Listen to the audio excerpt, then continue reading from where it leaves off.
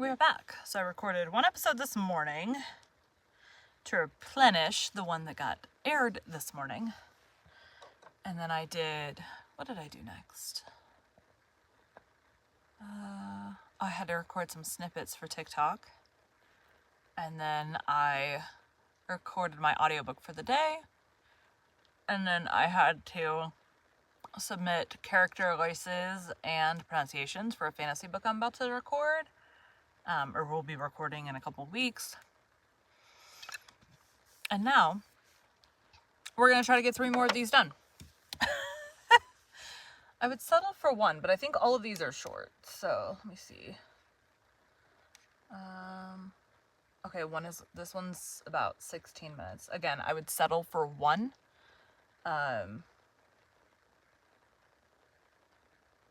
We'll see.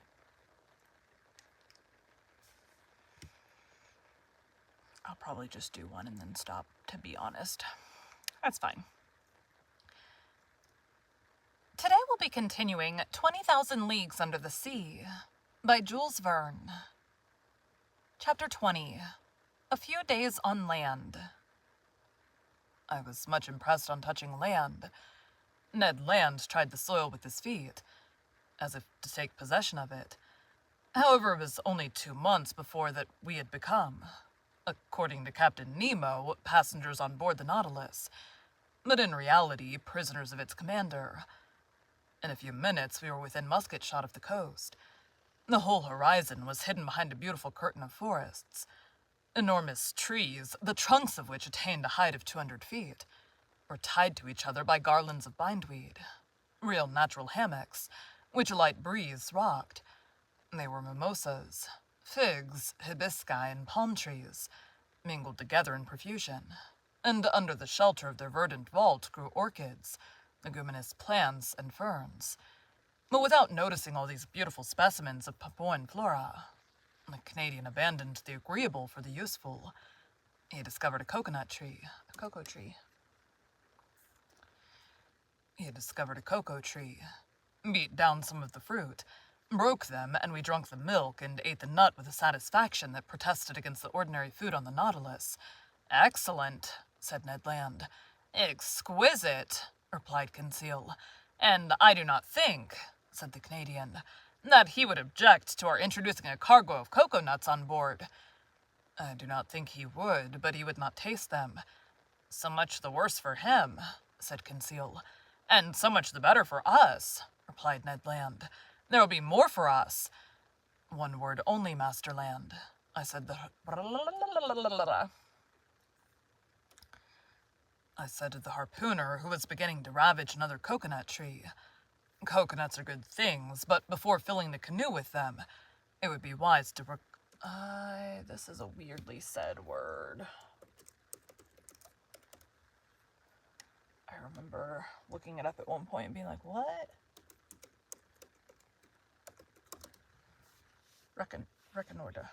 Reconnoiter. It's not how I would have said it in my head for years. Reconnoiter. It would be wise to reconnoiter. It would be wise to reconnoiter and see if the island does not produce some substance not less useful. Fresh vegetables would be welcome on board the Nautilus. Master is right, replied Conseil. And I propose to reserve 3 places in our vessel, 1 for fruits, the other for vegetables, and the 3rd for the venison, of which I have not yet seen the smallest specimen. Conseil, we must not despair, said the Canadian. Let us continue, I returned, and lie in wait. Although the island seems uninhabited, it might still contain some individuals that would be less hard than we on the nature of game. Ho, ho, said Ned Land, moving his jaws significantly. Well, Ned, said Conseil. My word, returned the Canadian. I begin to understand the charms of anthropophagy. Ned, what are you saying? Nope, Conseil. Ned, what are you saying? You, a man-eater? I should not feel safe with you, especially as I share your cabin. I might perhaps wake one day to find myself half devoured. Friend Conseil, I like you much, but not enough to eat you unnecessarily. I would not trust you, replied Conseil. But enough, we must absolutely bring down some game to satisfy this cannibal, or else one of these fine mornings master will find only pieces of his servant to serve him. While we were talking thus, we were penetrating the somber arches of the forest, and for 2 hours we surveyed it in all directions.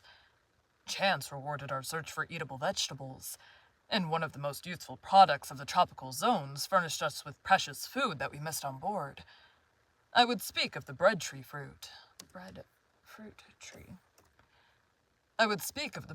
tree, very abundant in the island of Gilboa, and I remarked chiefly the variety of destitute seeds, which bears in Malaya the name of rima. Ned Land knew these fruits well.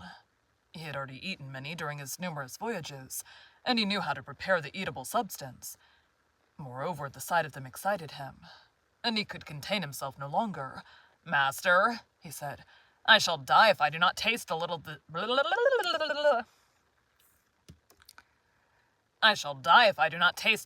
breadfruit pie." "Taste it, friend Ned. Taste it as you want. We are here to make experiments. Make them. It won't take long," said the Canadian. And provided with a lintel, he lighted a fire of dead wood that crackled joyously. During this time, Conseil and I chose the best fruits of the breadfruit. Some had not then attained a sufficient degree of maturity, and their thick skin covered a white but rather fibrous pulp. Fibrous?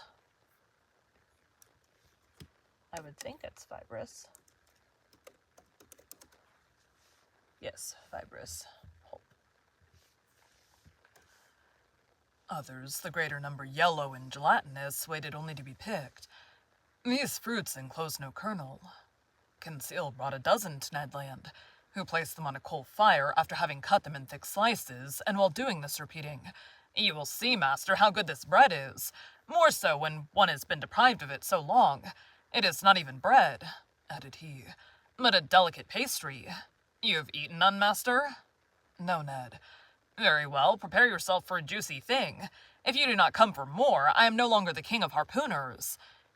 After some minutes, the part of the fruits that was exposed to the fire was completely roasted. The interior looked like a white pasty, a sort of soft crumb, the flavor of which was like that of an artichoke. It must be confessed this bread was excellent, and I ate of it with great relish. "What time is it now?" asked the Canadian. 2 o'clock at least," replied Conseil. "How time flies on firm ground," sighed Ned Land. "Let us be off," replied Conseil. We returned through the forest, and completed our collection by a raid upon the cabbage palms that we gathered from the tops of the trees, little beans that I recognized as the abrou of the Malays, and yams of a superior quality. We were loaded when we reached the boat, but Ned Land did not find his provisions sufficient. Fate, however, favored us. Just as we were pushing off, he perceived several trees from 25 to 30 feet high, a species of palm tree.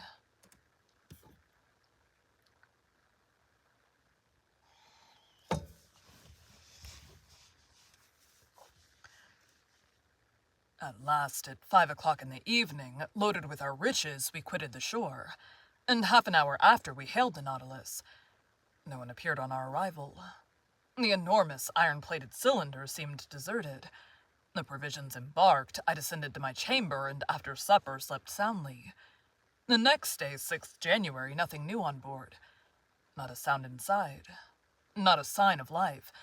The boat rested along the edge in the same place in which we had left it. We resolved to return to the island. Ned Land hoped to be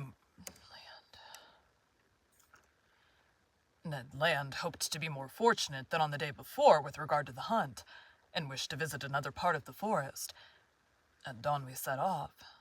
The boat, carried on by the waves that flowed to shore, reached the island in a few minutes. We landed, and thinking that it was better to give it to the Canadian, we followed Ned Land, whose long limbs threatened to distance us. He wound up the coast towards the west. Then, fording some torrents, he gained the high plain that was bordered with admirable forests. Some kingfishers were rambling along the watercourses. but they would not let themselves be approached. Their circumspection proved to me that these birds knew what to expect from bipeds of our species, and I concluded that if the island was not inhabited, at least human beings occasionally frequented it. After crossing a rather large prairie, we arrived at the skirts of a little wood that was enlivened by the songs and flight of a number of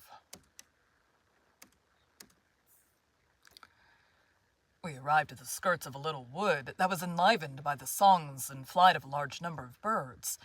"They are only birds," said Conseil. "But they are eatable," replied the harpooner. "I do not agree with you, friend Ned." "I do not agree with you, friend Ned, for I see only parrots there." "Friend Conseil," said Ned gravely, "the parrot is like... The parrot is like pheasant to those who have nothing else. And," I added, "this bird, suitably prepared, is worth knife and fork."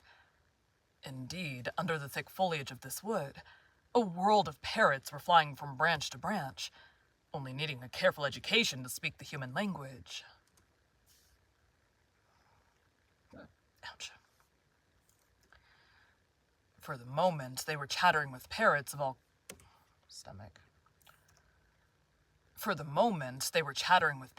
colors, and grave cockatoos, who seemed to meditate upon some philosophical problem, whilst brilliant red lories passed like a piece of bunting carried away by the breeze, papoines with the finest azure colors, and in all a variety of winged things most charming to behold, but few eatable.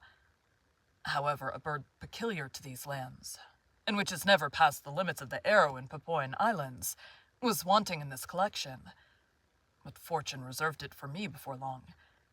After passing through a moderately thick copse, we found a plain obstructed with bushes.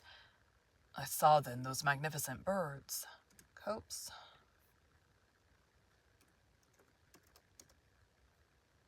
Copse.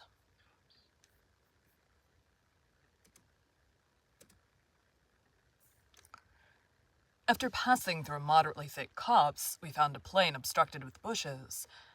I saw then those magnificent birds, the disposition of whose long feathers obliges them to fly against the wind, their undulating flight, graceful aerial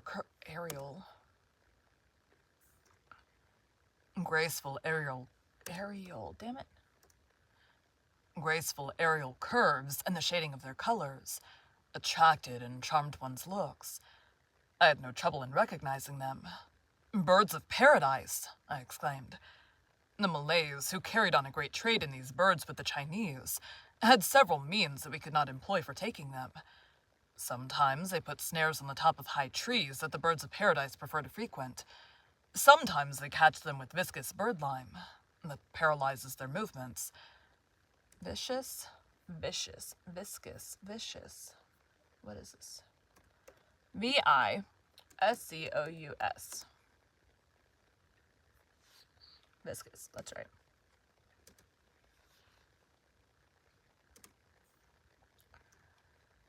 They even go so far as to poison the fountains that the birds generally drink from. But we were obliged to fire at them during flight, which gave us few chances to bring them down. And indeed, we vainly exhausted one half of our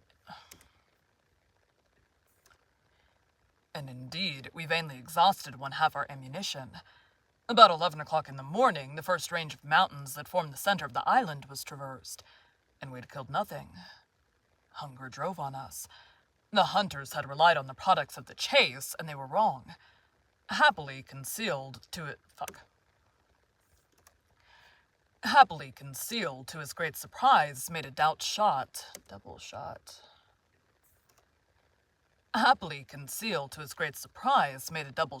and secured breakfast. He brought down a white pigeon and a wood pigeon, which, cleverly plucked and suspended from a skewer, was roasted before a red fire of dead wood. While these interesting birds were cooking, Ned prepared the fruit of the bread tree.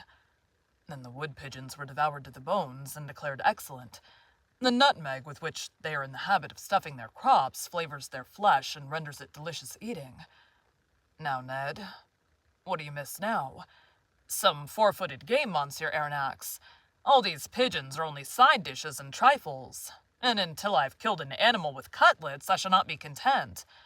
Nor I, Ned, if I do not catch a bird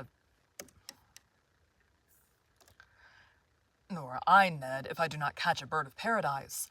Let us continue hunting, replied Conseil. Let us go towards the sea. We've arrived at the first declivities of the mountains, and I think we had better regain the region of forests. That was sensible advice, and was followed out. After walking for 1 hour, we had attained a forest of sago trees. Some inoffensive serpents glided away from us. The birds of paradise fled at our approach, and truly I despaired of getting near one when Conseil, who was walking in front, suddenly bent down, uttered a triumphal cry, and came back to me bringing a magnificent specimen. Ah, bravo, Conseil. Master is very good. No, my boy, you have made an excellent stroke. Take one of these living birds and carry it in your hand. If master will examine it, he will see that I have not deserved great merit. Why, Conseil?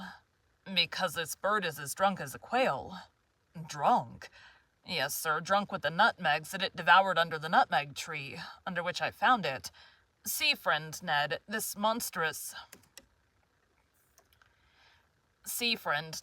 see the monstrous effects of the See, friend Ned, see the monstrous effects of intemperance. By Jove, exclaimed the Canadian, because I have drunk gin for 2 months, you must needs reproach me. However, I examined the curious bird. Conseil was right. The bird, drunk with the juice, was quite powerless. It could not fly. It could hardly walk. This bird belonged to the most beautiful of the 8 species that are found in Papua.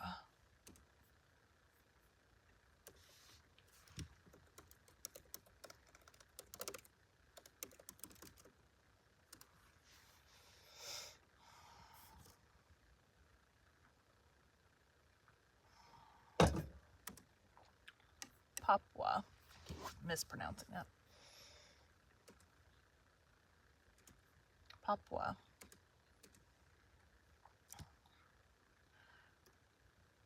This bird belonged to the most beautiful of the 8 species that are found in Papua and in the neighboring islands. It was the large emerald bird, the most rare kind. It measured 3 feet in length. Its head was comparatively small, its eyes placed near the opening of the beak and also small. But the shades of color were beautiful. Having a yellow beak, brown feet and claws, nut-colored wings with purple tips, pale yellow at the back of the neck and head, and emerald color at the throat, chestnut on the breast and belly. 2 horned, downy nets rose from below the tail, that prolonged the long light feathers of admirable fineness, and they completed the whole of this marvelous bird that the natives have poetically named the bird of the sun. But if my wishes were satisfied by the possession of the bird of paradise, the Canadians were not yet. Happily, about 2 o'clock, Ned Land brought down a magnificent hog, from the brood of those natives called I don't know what this word is. I can't even tell what this word is. It's like spelled out weird. Bariouting.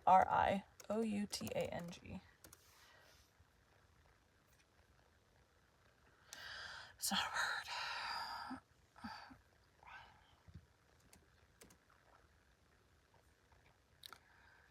From the brood of those From the brood of those the natives call Baratuang.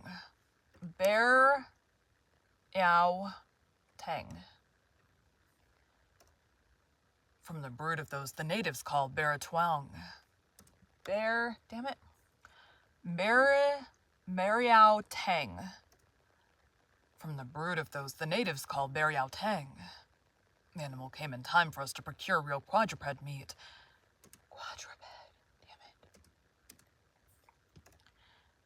The animal came in time for us to procure real quadruped meat, and he was well received. Ned Land was very proud of his shot. The hog, hit by the electric ball, fell stone dead. The Canadian skinned and cleaned it properly. After having taken half a dozen cutlets, destined to furnish us with a grilled repast in the evening, Then the hunt was resumed, which was still more marked by Ned and Conseil's exploits. Indeed, the two friends, beating the bushes, roused a herd of kangaroos that fled and bounded along on their elastic paws. But these animals did not take flight so rapidly. Damn it. I'm tired of messing up. But these animals did not take to flight so rapidly, but what the electric capsule could stop their course. "Ah, Professor," cried Ned Land, who was carried away by the delights of the chase. "What excellent game, and stewed, too. What a supply for the Nautilus. 2, 3, 5 down, and to think that we shall eat that flesh, and that the idiots on board shall not have a crumb." I think that in the excess of his joy, the Canadian, if he had not talked so much, would have killed them all. But he contented himself with a single dozen of these interesting marsupials. These animals were small. They were a species of those kangaroo rabbits that live habitually in the hollows of trees, and whose speed is extreme. But they are moderately fat, and furnish, at least, estimable food. We were very satisfied with the results of the hunt. Happy Ned proposed to return to this enchanting island the next day, for he wished to depopulate it of all the eatable quadrupeds. But he had reckoned without his host. At 6 o'clock in the evening, we had regained the shore. Our boat was moored to the usual place. The Nautilus, like a long rock, emerged from the waves 2 miles from the beach. Ned Land, without waiting, occupied himself about the important dinner business. He understood all about cooking well. The berry tang, grilled on the coals, soon scented the air with a delicious odor. Indeed, the dinner was excellent. 2 wood pigeons completed this extraordinary menu.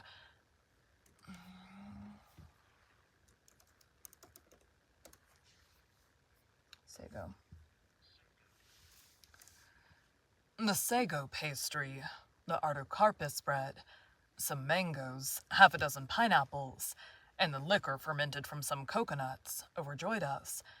I even think that my worthy companion's ideas had not all the plainness desirable. "Suppose we do not return to the Nautilus this evening," said Conseil. "Suppose we never return," added Ned Land. Just then a stone fell at our feet and cut short the harpooner's proposition. Thank you for joining Bite at a Time Books today, while we read a bite of one of your favorite classics. Again, my name is Bree Carlile, and I hope you come back tomorrow for the next bite of 20,000 Leagues Under the Sea.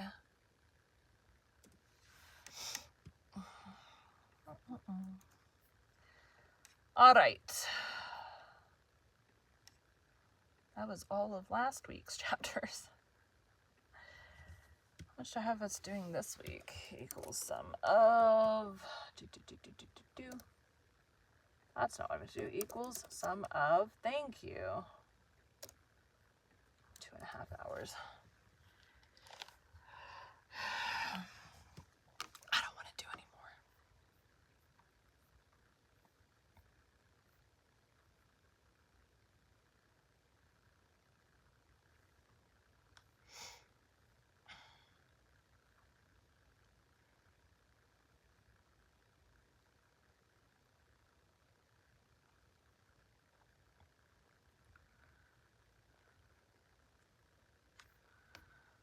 We can worry about that. Why is that open? I don't know. Okay, we can worry about the rest of it tomorrow. So 2.5 hours. There's still 4 days left in the week, and I can always catch up on the weekend. So anyways, thanks, guys.